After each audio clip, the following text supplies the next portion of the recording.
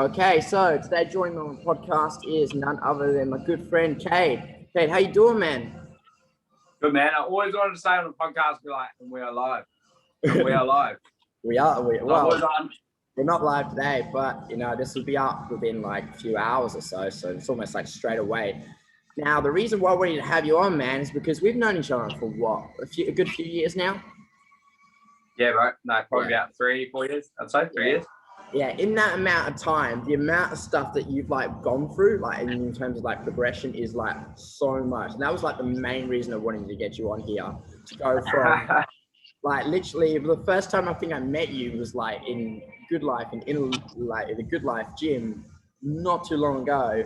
And then I was like, oh, we didn't really know much about each other. And then we met that one day at the photo shoot. And then since then, everything has just like been steamrolling from there, man. So it's good to have you on. So let's start with, stripping, man. That's one of the main reasons why we got you on. Stripping. Yeah. So how did you get into every time I've been on my thing, but we always end up talking about stripping. That's cool because you can relate to it. But I don't know. First off, I appreciate what you said, like seeing how far that I appreciate that. It's always nice to hear from someone else. So I appreciate that. But in regards to stripping, what do you mean? Like why did I start, or how to get started, or what? Well, it's just one of the many things that you've done, man. Is just to get this thing going. Like, what was like? How did you even get into it? Because I know that you were doing it for quite some time. Yeah. So I went through I'd say like a little heartbreak when I was younger. So I was like 18-year-old and I was staying in this bird for a year, and then I moved over here and she moved back. So we broke up. I was all very sad about it. And I decided when you're younger, you always want to go on a bit of a rampage. Like, just go and find as many girls as I possibly can. I thought, fucking hell, what better way to get better with women than getting paid to do it? This is actually a true story. So what I used to do, I used to watch Magic Mike constantly, and I learned the moves from Magic Mike. Right? This is not a joke. I'd be in front of the mirror just like doing body rolls and things like that. And I used to go to a gay bar down to the court with my mate Mitch, right? And we made these bow ties out of. I remember we took like an old college shirt you'd get from Kmart. Oh, yeah. You take the top collar off, right? And then you put the bow tie on, and I'd go down the court because it was a gay bar. You're allowed to take your shirt off there. Mm-hmm. So I'd walk around in the court just going, yeah, no, I'm a stripper. Just came from work. So we would get so many girls. It was crazy. It was like moth to a flame. So I thought, fuck, this is all right. Mm-hmm. And I basically just faked it till I made it. And I met some guy in a nightclub, and he was like, "Hey man, you can dance, bro. Do you want to try out stripping?" I thought, yeah, why not? Give it a go. I mean, I was only like 70 kilograms at the time, but back then, like Justin Bieber and strip were popular, so I thought that could be a way in. So I started doing that for a long period of time. I did that for about 3 years, and then when I came to Australia, I said no more. I wasn't going to do it anymore, and then I worked at Delicious for a while, which was a club over here, but I thought it was a little bit. I worked over here. Sorry, no, I started in New Zealand. Worked for a certain period of time. Did a couple of radio events and like a competition where I actually won, like a stripping competition in New Zealand. So we ended up getting on the radio and then get into modeling and TV and stuff like that. So that was like a short section. And then I said I wasn't going to do it again. So I came over here and I worked in a club, Delicious or whatever. But it was a different kind of stripping. It was more hustling girls to give you money. Yeah. And then for some reason you show them your dick. I don't know why girls would want to say that, but they did. Yeah. So Oh, yeah, sorry. So one thing I was going to ask you, man, is that when your stage name is Carter, but your real name's Kayde. Like, so why did you choose the name Carter? Or was it given to you? I always thought that was the coolest name for a mysterious white guy that you could have, like Carter. Like, I always thought that was like. There's literally no other reason than that. I just thought it sounded good. Okay. Plus, I had a girlfriend at the time as well. Mm-hmm. And you didn't want stories of Kayde coming back and to the great mind. I mean, freaking New Zealand's a small place. You know what I mean? Yeah. So that's where the stage name came from. Okay, so was Carter the name that you always had, or was there any other names that you tried, or was it just that one? No, it was always Carter. It was always since I first started, it was always just Carter. That was it. Mm-hmm. My favorite movie was Coach Carter, so I think maybe that had something to do with it. Oh, okay, fair enough. Yeah. Could have been anything, but it's always been Carter. It's never been anywhere else. Heaps of people try to get me to do the Zac Efron thing. They were like, do Zac Efron, like say your stage name is Zac. I didn't want to do it because it was not really something that I was interested in. That's actually a very good point, because I'm pretty sure in the time that I've known you, everyone's been like, oh, does it do a Zac Efron this, or does it do a Zac Efron that? Now, yeah, you kind of experimented with it, but you kind of just sort of do your own thing. Anyway, so yeah, that's how I saw it. Now, you've stopped doing it for a while now, and you've moved on really, really well. But looking back at it, is there anything in particular that you missed, or is there anything in particular you wish you did differently? No. I think it taught me a lot of life's valuable lessons. It taught me how to judge people really well. Okay. So I think it taught me how to steer. I think it went so toxic with it when I was doing it that it brought me back to that same kid that you were when you're a child. You know what I mean? It brings you back to that grounding and that level of self-love and care, and so remembering who you are. Because in your 20s, you're in a confusing time. You're like, I don't know what I want to do with my life. There's kids on the internet that are multi-millionaires. I don't know shit about Bitcoin. And there's all these confusing things that are fucking your head up at the time. But you kind of go, oh, well, if I do stripping, I could get some kind of validation. And this could make me feel good. But the people that are doing it, they're into sex, drugs, and rock and roll, and who's got the biggest ego, and who's can do this. And what it does, it creates this toxicity where you kind of lose a bit of yourself. So I'm glad I went, and I'm not saying that for everyone. I'm really not, because I've met some like really good people in that industry, but I can only count them on one hand when I've met hundreds. Do you know what I mean? So I think the only group that I reckon wasn't proper toxic and it wasn't full of bullshit is probably Top Shelf. Ironically enough, the company that you've worked for, just because I've got respect for the guy that runs it, to be completely honest. I mean, not sucking his dick or anything, but just that he's a good bloke. So I don't mind him and his boys, because they've got a different kind of attitude. Then it's more about the show rather than the girls, if that makes sense. Yeah, I agree.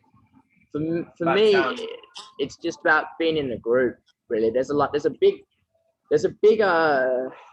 sense of like camaraderie. You know what I mean? Like camaraderie. Yeah, when you're with your guys, and every Thursday we get together for rehearsals, and then when it comes to showtime, all hands are on deck. It's group, like, rather than just individuals. Now, there are other groups out there, but just that was the one that I was so used to. And in this industry, there's the people who are just in it, for themselves, and that's absolutely fine. But just the reason why I'm still doing it and so stuck to it is because of the group that I work for. It's like if someone paid me an X amount of money to go do something on my own, and I had to choose between that and the show, then obviously I'm going to choose the show, because at the end of the day, those are your boys. Like, gigs are going to come and go, but your mates are always going to be your real friends are always going to be there for you. So that's one of the reasons why I kept it going. Now, that's what I was going to say. I do agree with that, man. Like, I know the vibe of those guys there. So when I first started, I had a chip on my shoulder because I always thought, and this is something that you probably relate to, I always had a chip on my shoulder because I thought that they were just like the boys that I'd been with my whole life. You know, like it's all about the pussy, fuck it, just do the show, whatever. Like, but when you kind of got to know them a little bit more, you're actually like, these guys actually really like what they're doing. So I've always, that kind of made me have a step back and go, maybe it wasn't stripping, maybe it was me that learnt the lessons and it was the people I was with, not stripping in general, but it's just about who you surround yourself with. And to be fair, I mean, I've had my highs and lows and I don't regret it all. It's taught me some of my best lessons, boy. Yeah, so true. It's good. So let's say could we agree right now that the market for mouse stripping is increasingly popular, has become saturated. I mean, I've only been doing it just over 3 years now. And in the time, you know the players, you know the game. Now, I get asked the question quite often, oh, what do you do with someone who wants to start? What advice would you give to a young person who's trying to get into the industry? Like, that's something I wanted to ask you because you've been doing it a lot longer. So what is the advice you would give to someone like a young bloke, 18, 19, 20, 21, whatever, who wants to get involved in the game? Don't do it, mate. Don't do it. Don't do it. If you have to ask for advice, you're not made for it. But if you're gonna make it in that industry, you're the kind of person that just doesn't care and goes balls deep with everything that you do, because it takes nuts to walk in and go, I'm going to be a stripper. And then to last as long as someone might say, different ball game. You have to be business minded. But let's just say I say that out of the equation. If I say any advice, don't go in with Magic Mike. Don't go in with 80s rock and roll, and do something maybe a bit unique. Always make sure your physique's on point, and just don't be seedy. That would be my three. That'd be my three best things. Just don't be a seedy guy. No one wants that. Yeah, that'd be it. Agreed. Now, yeah. So in the time that I've also known you, I remember one time when you started up and coming with us and Top Shelf, and we were just working together. And then one day, out of the blue, I'm at university and I get a call, and then you tell me, "Hey man, I'm not gonna believe this shit." Hopefully, I can tell this openly now, but fucking, I'm going on the Bachelorette, and I was like, "Holy shit!" I was in front of everyone, and then I was just like in a crowd of people, and I was like, I stopped and yelled. I was like, "What? That's fucking awesome! Good on you, man." Yeah. So that's the next thing I wanted to talk about. Like, how did you even get on the show in the first place? Because I remember you just called me out of the blue, and I was like, "What? For real?" Yeah. So two of my mates were sitting in the bar.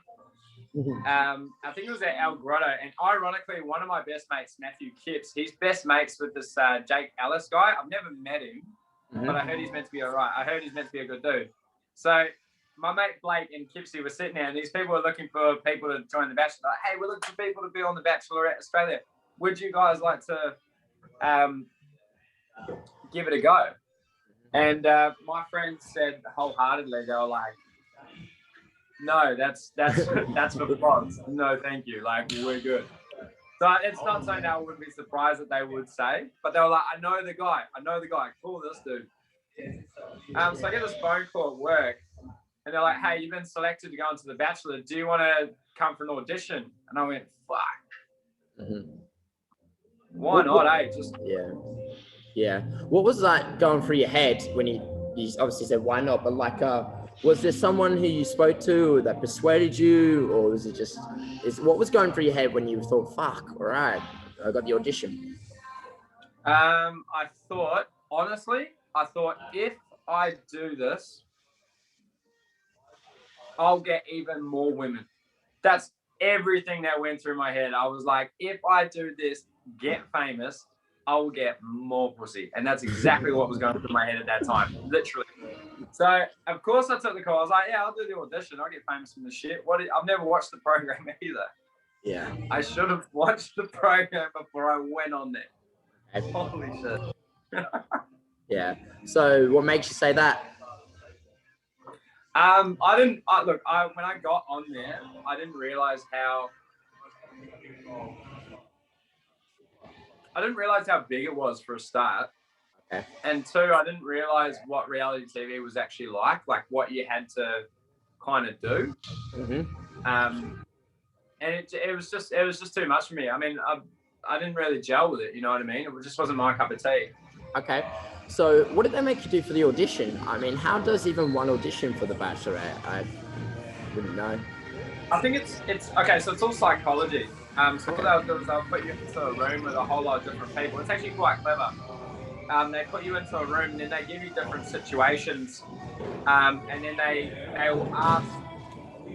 I was thinking about the other day. They'll put you in these groups and they'll go, all right, cool, let's organise people tallest to shortest. And I think what they do is they look for the people that take charge and they look for the people that return. And they'll get a whole lot of alphas and then a whole lot of beta males and then a whole lot of angry people and then sensitive people and then and they'll bundle these people into a group based on personality clashes. Okay. So I think all of them were really strategic. And then once you pass that first stage, then you get put into a room where they interview you and they ask you questions. Okay. So what kind of questions were they asking you? Oh, like, have you ever, what are your partakes on love? Like, very open-ended stuff, you know what I mean? So what are your partakes on love? Like, do you know who this, I forget what the lady's name was. Was it the chick from the fucking series? I don't know. But they asked her, like, oh, do you think that you could be compatible with this woman? I didn't even know who she was. So I'm going, yeah, no, totally. Yeah. Like, her and I, you know, I love dogs and she loves dogs. You know, everyone is just, unless you've done your homework, everyone's just talking shit like, yeah, no, 100%. Like, this is, yeah, no, my love is all I've been wanting. Like, when in reality, everyone's just a piece of shit. Like, it's so bad. Okay, so you did the audition, you got the call. I found out you're going on. Obviously, couldn't tell anyone. Didn't tell anybody. And then all of a sudden, so then you're on the show. Like, what was it like? Even did you have to stay with all the guys together in one house? Like, what were the rules? Okay, so they separate you. So you fly over, you do a medical and stuff like that. Make sure that you don't have, like, I don't know, any kind of diseases. And then they fly you over. And then they segregate you. So I was in a room by myself. So you're in like these little, and you have to have your hoodie down because there's like paparazzi and stuff like that everywhere. Okay. So you have to, they segregate you into these other rooms. And then we all met each other when they gave us like a briefing before we'd go into the house. So I met all these dudes in a really short period of time. And then boys would be boys. We're not allowed to leave the room. But all of us would sneak out and would try and meet each other and stuff like that. Okay. And we all snuck out. We all trying to meet each other and like mingling. And then I didn't have anyone in my dorm for ages. And they take your phone, your ID, they take everything. Oh. So, not your, like your nothing. So you have no communication with the outside world. That's fine. Mm-hmm. But basically, what will happen is they will. They just don't let you like communicate or talk, or they just make sure that it's top secret because no one can know, because then the publicity will come out, then it'll ruin the show for everyone, which makes sense. Yeah. But that's how they stop communication, because they'll go, all right, let's just keep the phones away, make sure that no one can contact you. I mean, this means loved ones, family members, brothers, everything. You have no contact. Okay. So then they put me in with a guy, ironically, whose personality matched up with mine perfectly. He was in real estate. And then he was a real estate agent. Then he gets put in my room. And we got like a house of fires, myself and my buddy Scott. He did all the Bachelor in Paradise and stuff like that as well. Mm-hmm. And it's interesting to see they put two sales guys in the same room and they match personalities accordingly. It's very clever how they do it. Very, very clever. Very clever. Okay. So then again, is the show's rolling? They come out. I want to talk about that scene where you rocked up on the first episode. that scene when you rocked up in the in the Baywatch outfit. Now, personally for myself, I don't know if that was just you asked to do that or that was your recommendation. But when I saw that, the first thing that came to my mind was, that's not you. I was like expecting you to come out in like the full on like blue suit, hair all done proper, sunglasses, suspenders, all that stuff. Not come out in a Baywatch suit. So when I was watching that, I was like, what the hell is going on? That's not, it's like they were, so what was the story behind that? So I've always been the Zac Efron guy. So everyone had like a little theme. So they put you in these themes, and then I was kind of at the last minute. I was like, when I'm on camera, I'm like looking like, bro, I'm freaking out because I'm like, I can't say this, can't say that. So what happened is I'm in this Baywatch outfit, and it's freaking cold, man. And I'm walking down the thing, and they're expecting me. They're like, all right, Kayde, so what are you gonna do? You're gonna go down there. You're gonna tell her you look like Zac Efron, right? I'm like, no, fuck off. I'm not gonna do that because I knew then that way I'm gonna be the dick. Okay. So if I walk down, I was like, you know what, I'm gonna outsmart these producers, but you're never gonna outsmart people that have the footage, the audio, and the editing. Like, it's not gonna happen. Okay. So I mean, they could make Gandhi look like shit on camera if they wanted to. You know what I mean? Mm-hmm. So I walk down this thing and I meet her for the first time, and I'm like, I'm in a Baywatch outfit, and I'm going, holy shit, this is on national television. There's no way I'm gonna take this seriously. So I did the McGregor walk down the red carpet. You've seen a McGregor walk like this. So I walk down this thing, and I go and see her, and she goes, oh, so you're a lifeguard. I went, yeah, fuck, I'm thinking like, no shit. She's going, oh, so you're a lifeguard. I'm looking at my outfit. I'm like, no, this is from fucking Kmart, but whatever. And she asked me, she goes, so what are you meant to be? And I said to her, I was like, I'm David Hasselhoff. And she stopped and she went, oh shit. And she's kind of looking over at the producers. I couldn't see what they were doing, but I could feel them going, say you look like Zac Efron, you stupid asshole, say it. Fuck you. Like, I could just hear them, like, their energy, like, say it, we control you. I'm like, I'm David Hasselhoff, baby. And she turns to me and she's looking at the thing. I'm guessing her earpiece goes off. And she goes, Zac Efron was in Baywatch. So you must be Zac Efron. And then they cut my face going like, yeah, I'm Zac Efron. And then they made it look like I went down there and was trying to get her to say I look like Zac Efron to gain. It was strange how they did it. Brilliant, but very strange how they did it. So they got me. They got me there. So that would be my lesson. Don't try and outsmart the producers. It doesn't work. Now, so the episode's airing. How long were you on the show? How long were you on the show for before you left? I think it was like 4 weeks or something like that. Yeah. I think I was on there for like 4 or 5 weeks, and then I left after. I think it was 4 weeks or 5 weeks or something like that. Yeah. Yeah. So so give us some highlights. What went down in those 4 weeks that we didn't get to see on air? I had I realized that I kind of realized that what kind of a dude I was. I literally, a light bulb went off in my head and I went, no amount of pussy is worth what I'm going through right now. There is nothing on this earth that is worth going through this, because everyone was just so bitchy on camera. So you'd have a group full of normal, great guys, and a lot of them I'm like kind of all good with. I haven't really. I'm sure I wish them well, but you'd have a whole group of guys that was so easy going. Hey man, we're all good. And then as soon as the cameras are rolling, it was like just cats just going down. Just like it was insane. I'd never seen this. I'd never seen this before ever in my life. And that made me so uncomfortable that I got all defensive. But it made me kind of realize that I wouldn't sell my soul for fame. That's what it made me realize, I feel. So coming away from that, like, do I regret it? No. Okay. Is there anything you would have...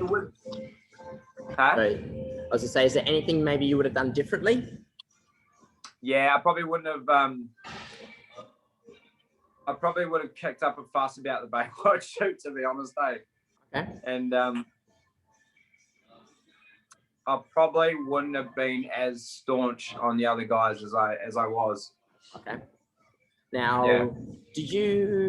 I don't know, recall you telling me this, but did you ask to leave, or was it just like a vote process? No, I actually basically, I say that, but I didn't. I was kind of heading towards, I was like, man, I want to go home. This is fucking shit. Like, and I was saying it to the guys that were,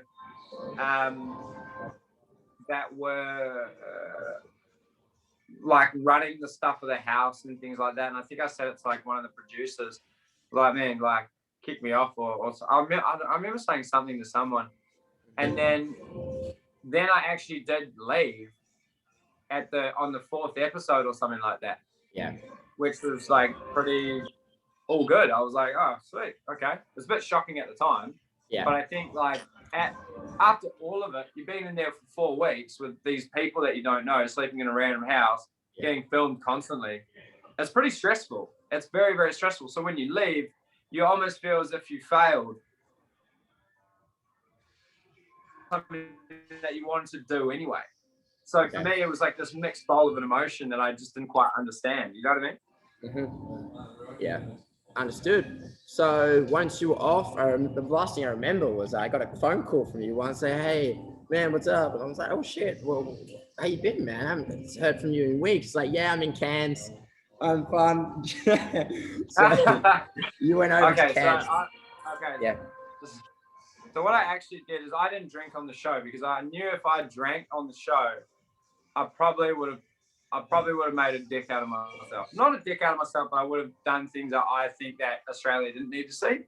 Okay. And you don't know the length of what these people go for. And I think, you know me, after a couple of drinks, I multiply. I get a bit more of myself. There was no need for it. So I figured out that there was going to be if I was to get famous from the show, right? It wouldn't have been a good thing because there would have been so many photos of me just doing rank shit that would have submerged on the internet. Like, dude, see this, see that, see this. Because my photos would be out there more than normal people. Well, not normal people, but people that hadn't dabbled in that kind of extroverted lifestyle, modeling and stuff like that. So I was planning on doing a Robert Downey Jr. So I was going to go, yeah, man, that was the old me. I'm off drugs now, but I'm clean. You know what I mean? Like, I don't drink alcohol because I don't want to go, you know, I finished that. That was the old me. So if something was to happen, I could play that card. Yeah, no, everyone else is drinking and having a good time. And it was hard to let loose and stuff without the alcohol. But then when I left the show, they asked me, oh, no, that's right. They were going to pay for my ticket back to Perth. And I said, well, I haven't seen my mum in a long time. So I fly to Melbourne instead. I'm already in Sydney. So I fly to Melbourne. I meet up with my mum, say what's up. And they were like, yeah, no worries, kid. We'll get you your flight. And I was like, no, can you change to Melbourne? They're like, yeah, leave it with us. So then they booked my flight to Perth. They didn't give a shit. They didn't change it to Sydney. So I was like, well, screw you guys. I'm gonna go to Melbourne. I mean, they didn't change it to Perth. So I was like, screw you guys. I'm gonna go to Melbourne to see my mum. And then I missed the plane, and then they got a phone call. So I got a phone call, Kayde, that you've missed your plane. What exactly has happened? Now these people are shit scared of being sued constantly. So what I did is I said to them, I've relapsed. I've started drinking again. I'm out of control. I feel as if I'm on a downward spiral. Could possibly kill myself at some stage, and then I would hang up the phone. While I was in Sydney hanging out with my mum and having a great time. Melbourne. So it was a kind of like not a fuck you, but it was more so, if you think that I could potentially die, maybe you'll take it easy on the editing. So they did. So it actually was probably not nearly as bad as they thought it was going to be. So they had all these psychologists calling me up saying, mate, where are you? Are you okay? Like, you know, we're freaking out. I mean, they're freaking out about being sued. They're not freaking out about my well-being. Anyway, so I'm flying to Cairns and having a great time in Cairns, chilled there for a bit, got some sun, took a bit of time off work. Eventually, they offered to pay for my ticket back. I sincerely declined. I stayed for a bit longer. Then I flew back, and then I had no contact. And when the show aired, then I remember I apologized. I called up the psychologist. I apologized to her and just said, "Look, I'm really sorry for my behavior, but I felt as if I was a threat, and you might have just taken it a lot easier on my editing. I just did it for me, so sorry about that." And she said to me, she goes, "We've never had anyone do that before." So that was like my way of not. I don't think it was as bad as they were going to make it. To be fair, I think I got off lucky. I think I got off real lucky. Yeah. Well, I mean, you were on it for 4 episodes. You went on there. You made an effort, to actually do it. I got to ask a question, man. If someone just presented you the opportunity today, say, "Hey, Kate, do you want to go back on The Bachelorette? This time, things that would you do it?" Nah, no way. Nah, fuck that. I'm on better shit now. Yeah, I wouldn't do that again. Yeah, let's actually talk about that better shit now. So you're selling cars now. So I am selling cars. Thank you very much, Joseph. I am. What's the name of that car? There we go. That's the word I was looking for. Sports cars. That's what I'm talking about. So if you guys need a brand new McLaren, Mercedes Benz, or a Lamborghini Huracan, you come see me at Platinum Automotive Sales. www.platinumautos.com.au and come and see me. We are located at 198 Collier Road in Bayswater. Thank you. Smooth. That's my that's my what's the word? A link or whatever. Yeah. Well, don't worry about that. We'll put it in the video. We'll put it in this video for you when it goes up onto YouTube and Podbean. So anyone who wants to come to you, they can. I'll just put the link up. So let's talk about what got you even into selling cars, man? What was so intriguing about it? Oh, always loved sports cars since I was younger, and I was doing it for a long period of time. Had problems at other dealerships I've been with that got in trouble with the police ultimately, and had a few dealerships shut down. Tried them other different places. Then I was personal trainer for a while. I was teaching like box fit and stuff like that. And then during COVID, I found a good opportunity with the spot that I'm in, and it's been like a family there, which has been sweet. Your ideas are heard, and you make really great money, and you're doing what you love, which is driving really flash cars and talking about flash cars. That's what I love to do, So that's what was that situation that you put up? This is no one else is really going to know this unless they follow you on Instagram. But what was that whole situation you put up the other day about the fish tank? That's been on my mind lately. What was that situation with the fish tank? Oh man! Oh, it's like another world in there. So I actually have to study my fish to figure out which ones are the alphas and which ones are the betas in my fish tank. So I'm looking at my fish. I'm like meant to be doing work, and I'm like, dark one with stripes seems to be flourishing today. Scratching himself on the rocks. I could have some kind of disease in the tank. Like I'm taking notes constantly because I've had 4 fish die, and that's about $120 worth of fish just gone like that. So, wow. I know, and obviously there's the grieving process as well of losing, especially because I name my fish. Okay. But yeah, we've got a fish tank in the wall now. I'm losing a few, but it's still good. It's nice to look at. Yeah. Wow, that's good to hear. Now, when you're working at Platinum Motors, man, like, because you've been selling cars for quite some time, so you've worked a lot in negotiation. So, what are some like quick tips or quick breakdowns you could give to people if they want to get into negotiating a car? I don't think people do it. It's not like it used to be anymore. Like people don't really do it. People say that they go, you shoot low and then you go high and things like that. A lot of it is fixed price nowadays, like because of things like car sales and, Auto Trader and Redbook. They give you somewhat of an indication of what they're worth. But if you see 2 cars are exactly the same, so let's just say a Golf is a white one and a red one. One's got 200,000 Ks, one's got 150,000 Ks. The 150,000 Ks is going to be worth more money. But but if they're around the same price, you got to look at which one is the better value for money. So when you can actually compare them, and what most people do is they go low to high and they'll search, and they'll pick the car mainly on, you know, what they can afford. So if you can see it that close, it's kind of really hard to advertise them for too much money or buy them for too little. Okay. Because what people don't understand is they go, all right, so where are the dealers getting these cars? Where are they getting these cars so cheap? If I go in and I want to ask for, you know, $3,000 off a car, where are the dealers buying these cars $3,000 cheaper? So a lot of it is fixed price, but I would say, yeah, I'd say just go in and I'd say maybe just pay the money for it, man. Yeah. Yeah. What was the what would you say was the most expensive car you've ever sold? I think it was a Ferrari 458. It was in my first week of selling cars. It was what's the story behind that? Yeah, it was a Ferrari. Hey? What's the story behind that selling that Ferrari? Oh, I was like an old lead. So I was going through old dead leads and I was like, hey man, remember me? And they go, oh, you know, the last sales guy, I was dealing with him. And I was on my first week and I sold this Ferrari to a guy and I didn't know what the hell I was talking about.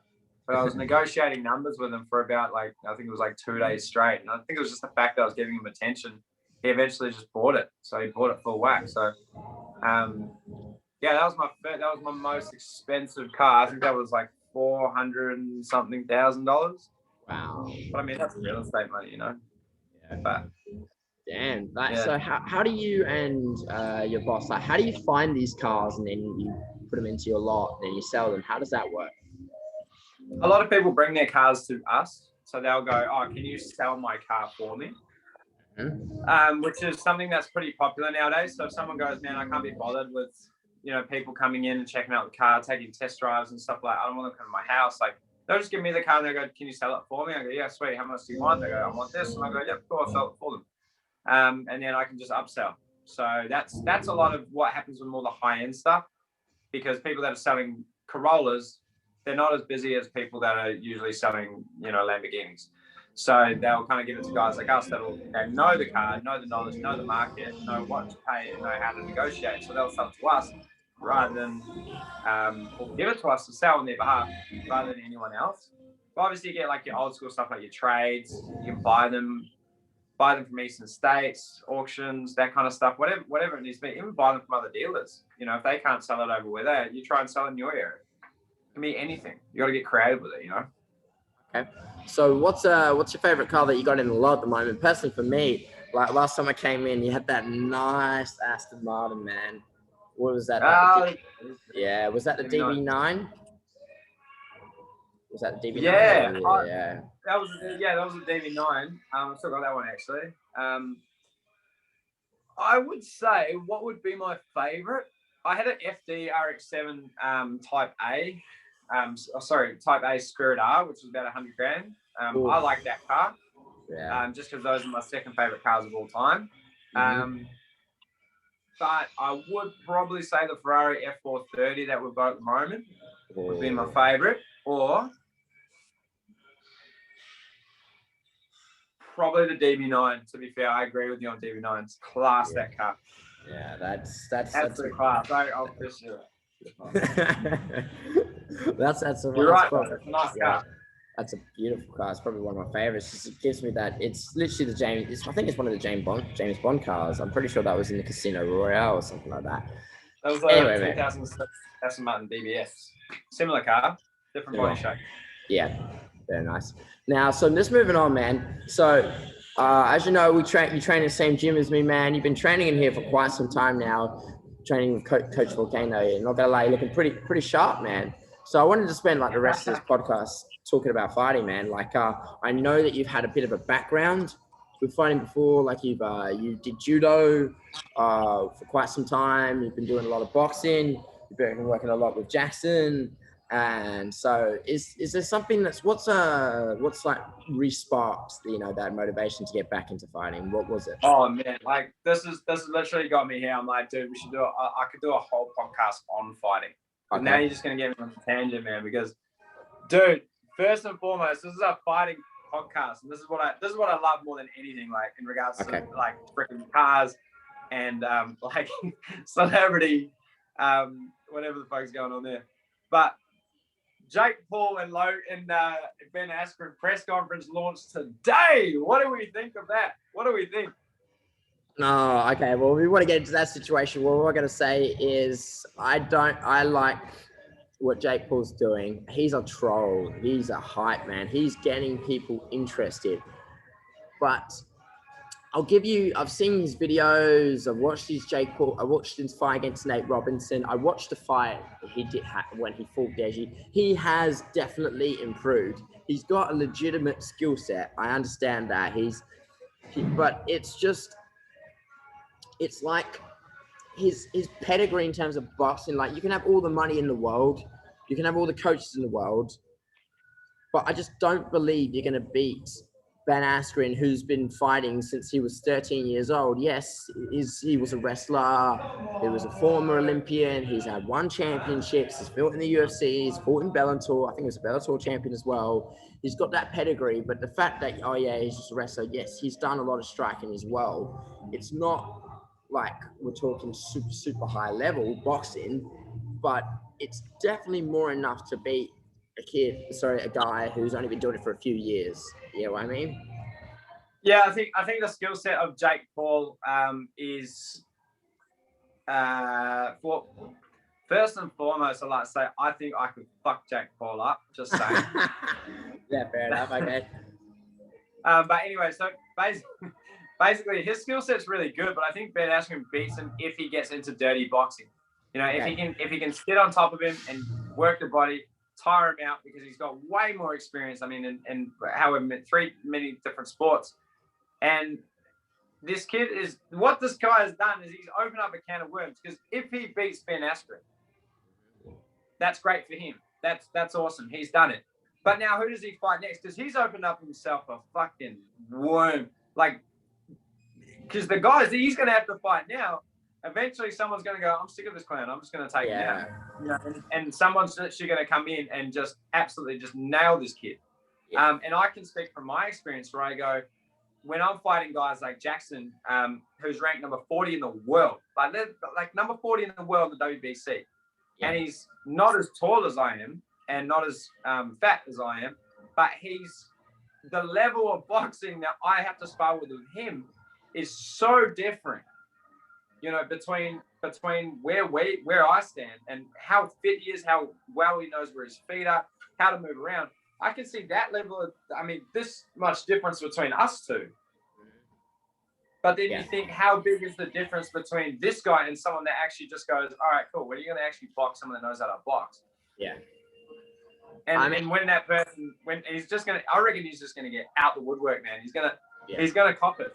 He's going to hurt. He's going to, and Logan Paul's going about the right way, because he's actually going, do I have a chance of beating Floyd Mayweather? And everyone's like, no. And he's like, oh, well, fuck it, I'll give my best go and get paid. Whereas this other guy's being a prick. You know what I mean?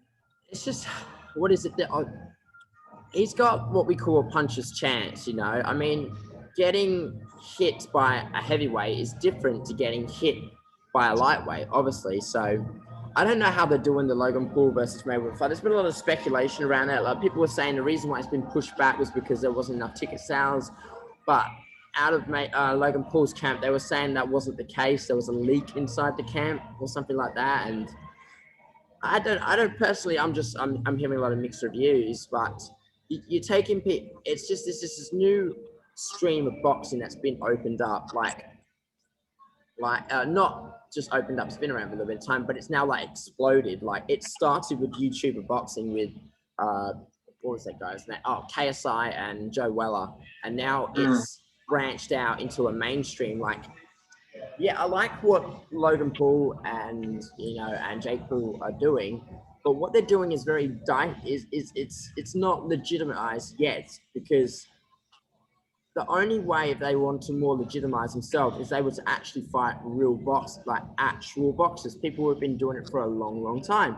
And then again, I feel it's a bit tacky though, isn't it? It's the whole thing's quite. It is very tacky. I feel it's kind of taking the class out of boxing.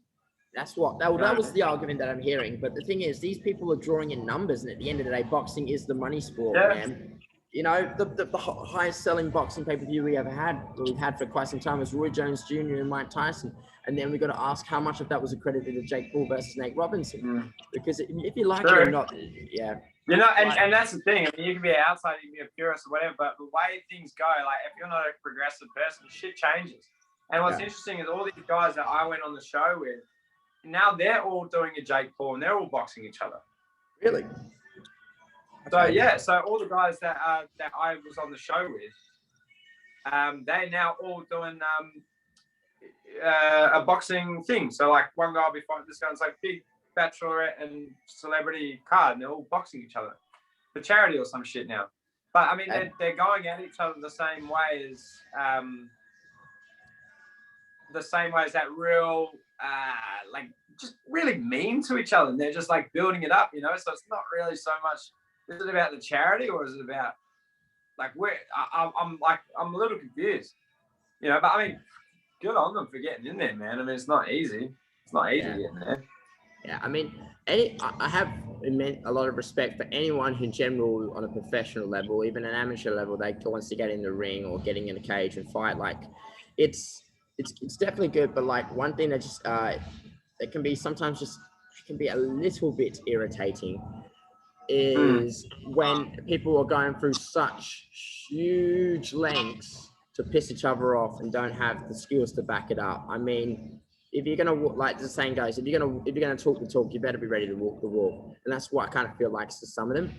So anyway, to finish off the point, really, I mean, when it comes to Ben Askren versus Jake Paul, I hope, you know, that Jake Paul really does. I mean, he's been talking so much smack, and you know, backed up against Nate Robinson. But this is the next step, you know. Yeah. And this is so. Hopefully, he does come in there on his A game on fight day, and we'll see what happens. Really, my money's on Ben Askren for the time being. What about you? Yeah, I want. Yeah, my money's on Ben Askren. I really hope he shuts this kid up. I really do. I appreciate how he knocked out Nate Robinson. That was a beautiful hook. But God, like that just press conference was just so bad. Like, oh yeah, it's just it made me uncomfortable. It didn't flow like McGregor flows. You know, hey, who the fuck is that guy? Everyone laughs. You know, it was just very forced and very like. You know what it felt like. You know when someone makes fun of you, and you don't quite have a comeback, and you'll go, oh, yeah, but your mum did that. You know, and you don't have something. It just doesn't flow. That's what I felt that whole press conference was. You know. Yeah. I just think, I mean, what do I know? What do I know? I mean, like, here's the thing though. It's money. They buy it. People would buy it, and people are going to, and that's what's going to happen. Come April, I can't remember the date they're actually fighting, but it's probably going to. I actually predict it's going to be a massive in terms of pay-per-views. And if Jake wins in some parallel universe, people are going to have to really start paying attention to him, because, you know, if you want to sell, bring him in, because it's the crowd that he brings with him. Anyway, man, let's finish this off. I just got one more question for you, bruv. Yeah. Earlier on, you just talked about this, what is it, this card of celebrities or like the Bachelorette, and they're all trying to get involved in boxing. Is that what you're trying to get involved in too right now? Is there anything you're preparing for? I tried to, I sent one of the guys I was in the house with a message. I just said, man, it's because someone pulled out of his fight, and they've all been on a 10-week training camp. I said to him, I'll name him, Tim. He's actually, I don't mind the kid. I was like, yeah, man, I'm happy to, you know, your guy pulled out. I'm walking around about 90 kilograms. I'm a lot bigger than I was when we first met. This guy's probably about 6'2", 6'3". And then he's at 102 kilograms. So if I was going to, like, I said I was happy to take the fight. So I would do it at 100. He'd be around 100 kilograms. I'd fight him at 90 kilograms at 4 weeks' notice. I mean, I'd fight him on 2 days' notice. I don't give a fuck. So, I mean, if that happens, it happens. I haven't heard anything. I think my following isn't big enough to really create any kind of, it's a lose-lose for anyone else. Whereas for me, it's a win-win. You know, if I fight someone that's bigger than me, then it's a win-win, because either way, I'm going to look like a hero. So I think it's not really, it doesn't make sense for them. It makes sense for me, but it doesn't make sense for them. But I honestly just want to fight. So, I mean, if it's not going to be that, it's going to be some kind of corporate rumble where I can fight other guys that are in the same position as me, working, you know, almost 80-hour weeks, and fighting guys there. And once I do that, then I'll go straight to amateur boxing. And then never know, maybe one day I'll go pro. So we don't know. It's what I love to do, and it's been a big passion of mine for years now, years and years. So I'm just excited to just do what I love, you know. Good to hear, man. Thanks again for coming on, brother. I really appreciate it. No worries, bro. Anytime. Lots of love.